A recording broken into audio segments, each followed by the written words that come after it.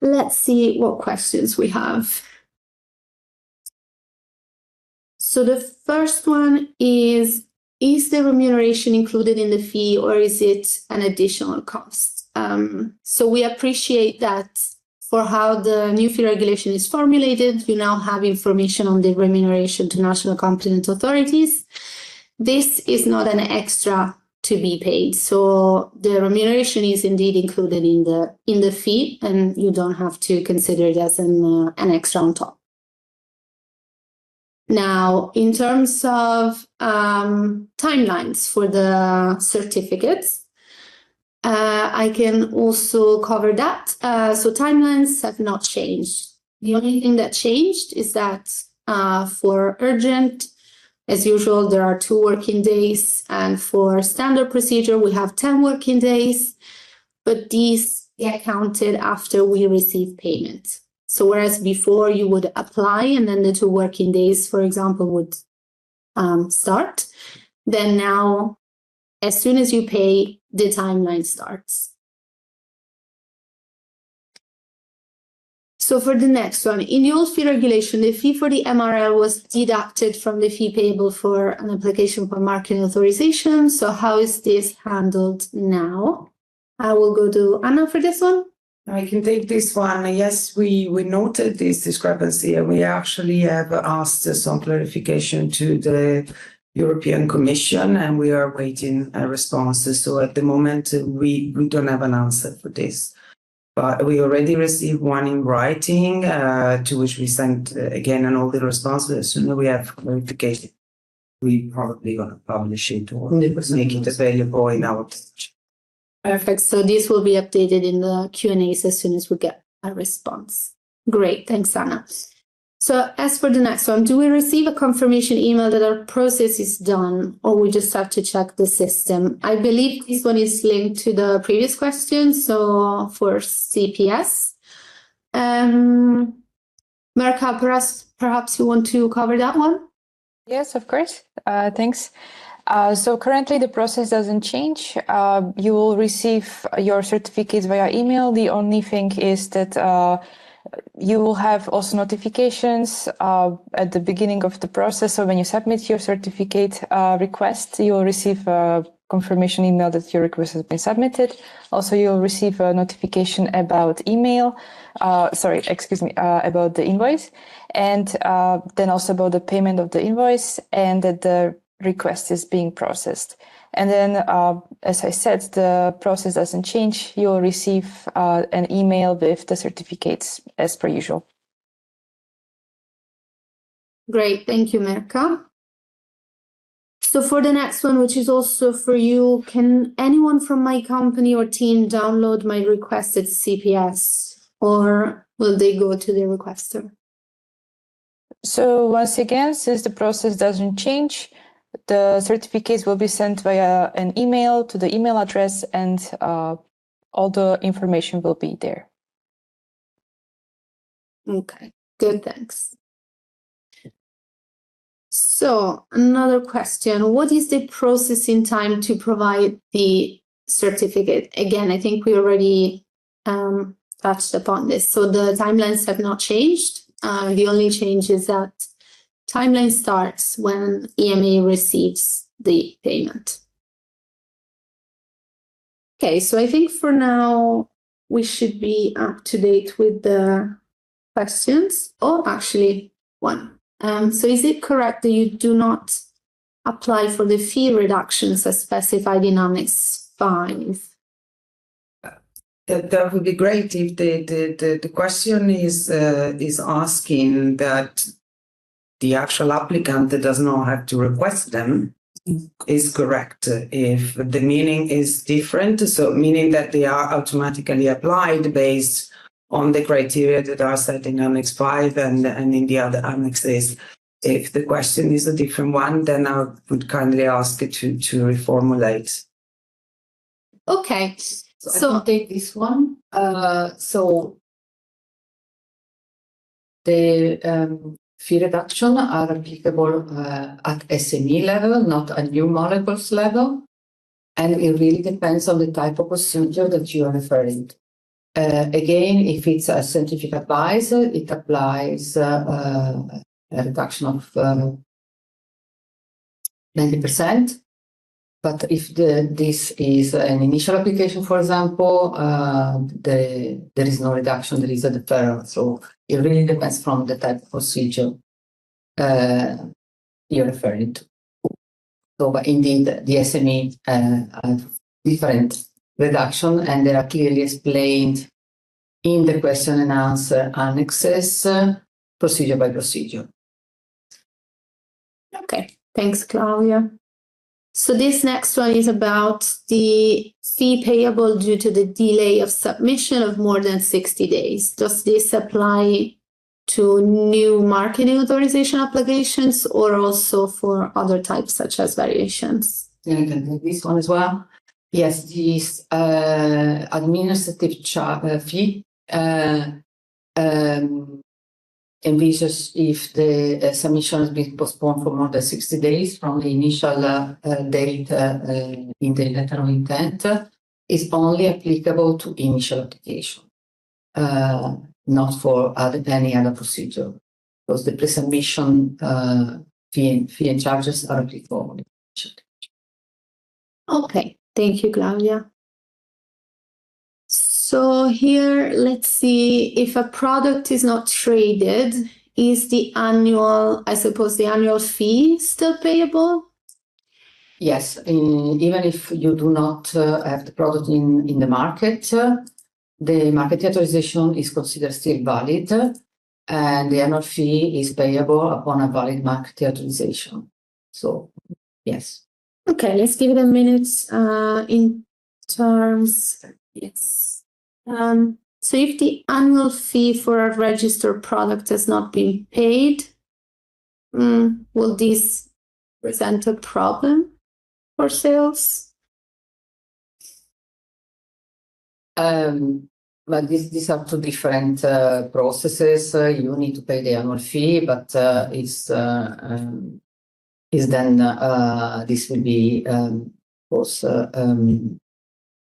handled from the financial and accounting point of view, and the sale and the marketing is completely a different process, and it's not connected. Okay. So there are provision for reduction for SMEs, and these are coming from the SME regulation. There are also additional reduction that the agency has specified in Annex 5.1. But it's not applicable to any fee. So it will really depend if the question is related here to a potential application. It will really depends on which application we are talking about. But definitely for initial marketing authorization application, the fee is only deferred to the opinion stage. There seem to be delays in receiving invoices for annual fees. Yeah, I can take this one. So for the annual fee, well, the applicable fee level date, let's say, is the 1st of January of each year. That's when the invoice is created. However, the invoice is only sent out to each marketing authorization holder on the anniversary date of the European birth date. So whenever during the year this date is reached, then the invoice is sent out only. So this will happen now in 2025 for the first time whenever the European birth date of the product is. Mm-hmm. So the delay in submitting variation for centralized procedure later than the notified letter of intent does not involve an additional fee? No, it doesn't, because the late submission fees are only applicable to the initial marketing authorization, as we just said. However, just a plea to the applicants that any delay is it might constitute an issue for the proprietorship appointment and also for the processing of the procedure. So we do have on our website, actually in the Q&A for variation, both human and vet, some indication on how early notify us of a submission. And this is for planning purposes so that we can actually manage all the submission in a structured manner. So there's not a fee to be paid for the delay, but it would be advisable not to delay procedures once it's been notified to us. Okay, thank you, Anna. So does the classification on very small entity reduce the application fee to 0? I can take this one, I think. So if I understand correctly the question, by very smart entity, we understand that is a micro enterprise, so a very small enterprise. And for some application, not all of them, depending on the type of application, if the fee reduction is 100%, therefore the fee will be 0. Again, not all the application will receive this 100% fee reduction. Please check the type of application the question and answer. Okay, so this one maybe we can look into and take offline. Needs to write to one of the channel and then we can check. So we will not obviously disclose now the customer account of the company, but if you can please write to one of the channels or even the accounts receivable, and then we will escalate internally and we will see if indeed it has been sent, where, and if it's not been sent, you will have a more comprehensive reply. Yeah. Okay, yes, so we'll be awaiting more details in the accounts receivable inbox, which you can find on the How to Pay page. Okay, so up next. Annual fee is payable if the market authorization is valid, and whether it's marketed, commercialized in the market or not, this does not exempt the payment of the annual fee. Okay, thank you. So is there any reduction fee if you apply for several VAMFs? No. There's a cap, though, meaning that there is a capped amount to be paid when multiple submissions are made together, and is specifically for the VAMs is in the Annex 2, Item 8.2. When there are multiple submissions, there is a cap to a certain amount. Okay, so there is a cap, not a reduction as such. Is a cap. Okay, so where do we find the characteristics and application requirements for micro-sized entities on new applications for new marketing authorization? So regarding the SME incentive, well, it's related to the fee regulation, but not directly. So, of course, next to the fee regulation, still the SME regulation applies. And regarding questions about the SME status and requirements to acquire the SME status, I would refer you to the SME page of AMA. So the SME section where you can find a lot of information about the SME status, how to obtain it. If you have a question, you can submit the question there, and then our internal SME officers will reply. Thank you. So Italy, yeah. I can take. Okay. So the fact that Italy adapt their fees as per annual fees, this is a national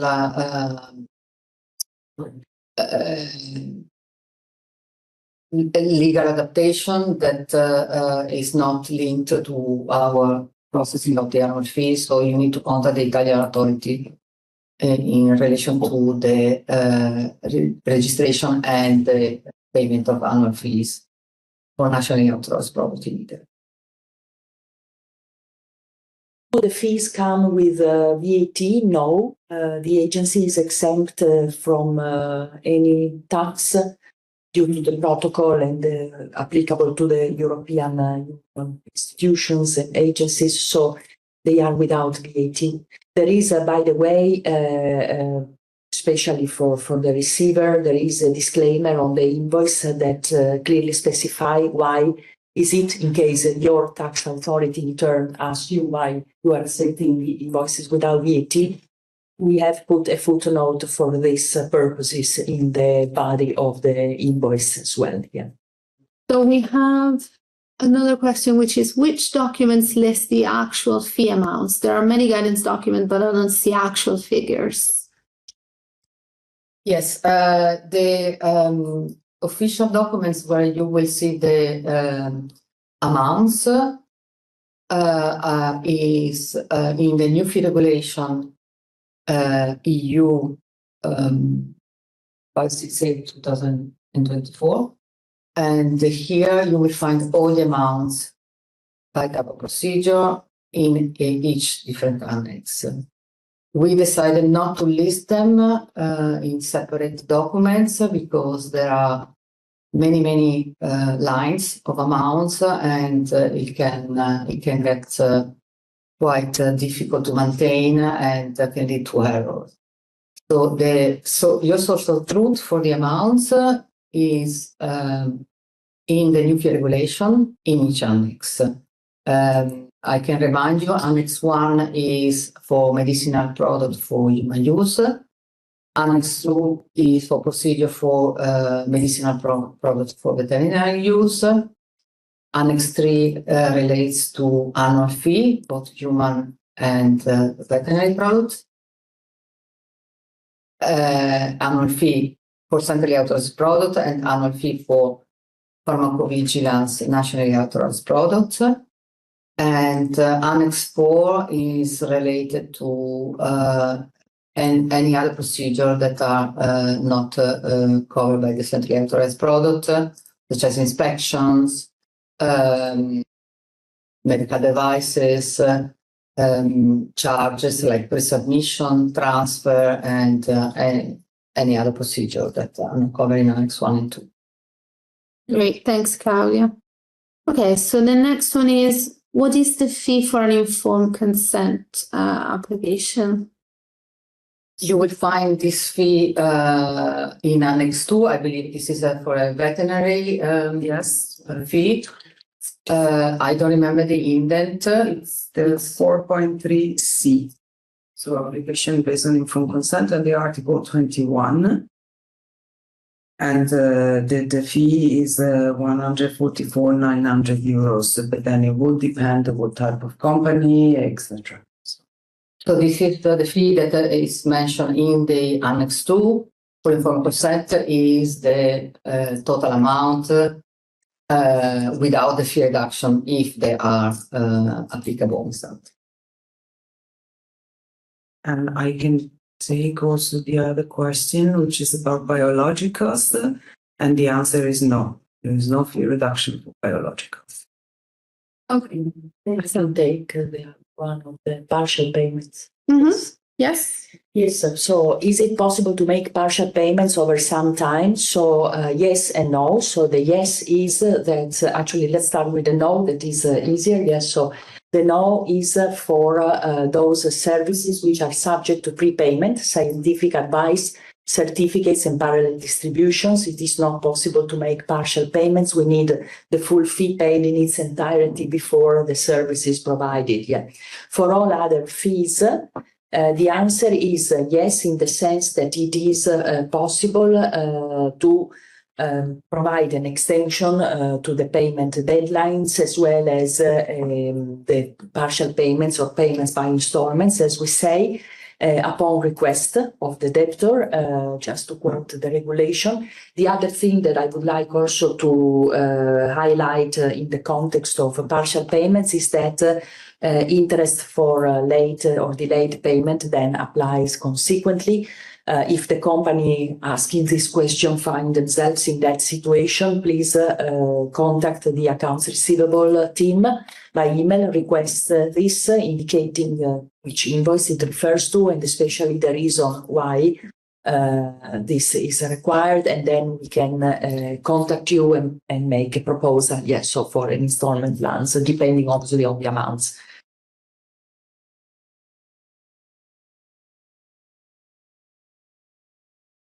Can I just take the second question first, which is about the VAMF, the vaccine antigen master file. So they are asking if you apply for a centralized procedure when using an already authorized and registered VAMF, is there a discount in the fee of the whole centralized procedure? The answer is no. because the BAFA can also be used at national level. It's just a certification that the agency provides, and then it can be reused across. Yeah. So this one is about the annual fee for products maintained in the UPD. And should this be sent to the QPPV person's email? When will EMA send the invoice? And do MAHs have to create a customer account? Yes, exactly. So the annual fee for pharmacovigilance for all products maintained in the UPD database will be we will send an advice note.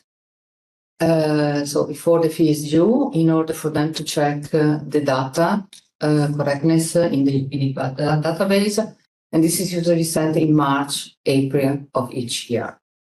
So